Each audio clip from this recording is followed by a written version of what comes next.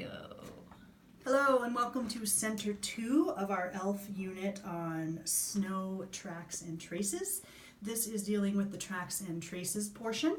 So you can start out with some questions. There will also be some books in here for reference. You can ask students how animals leave, how you can see evidence of animals, like if you're on a hike or on a walk, how people can track animals, and other than just footprints, what types of signs they leave that they have been there. And there is some mention on the instructions of materials from both the Department of Wildlife and the Denver Museum of Nature and Science. So we don't have those materials yet. I know I am picking up the Department of Wildlife before ELF starts. We're in negotiations with the museum, so I'm not totally sure what we'll have from them yet. But we should, at the very least, have some rubber footprint molds and casts for students to try to match up with different animals.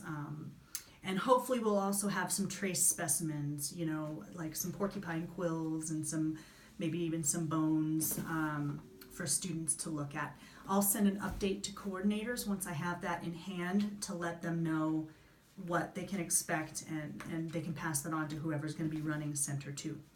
But it's still a really fun center.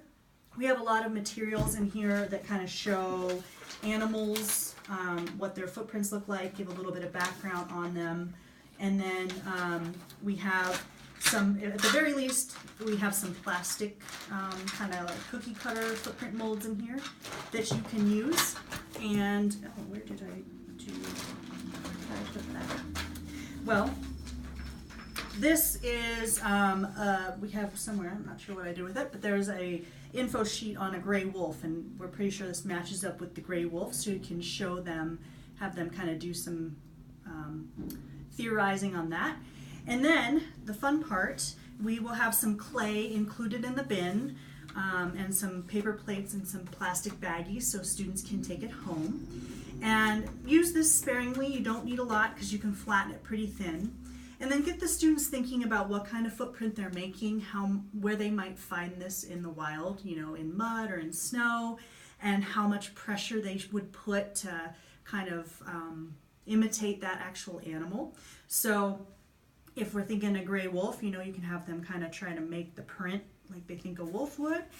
And then it turns out pretty well, and they can take it home, and you might have them, they can either take it on the paper plate, although that won't fit into the plastic bag, or you can just give them a note card or something where they can label what kind of print they made, and then that'll be a little, you know, keepsake from ELF.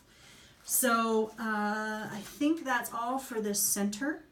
Again, I will follow up with some information on what we do get from the museum and the Department of Wildlife. But if you have any questions, please email us at mitchellelf@gmail.com.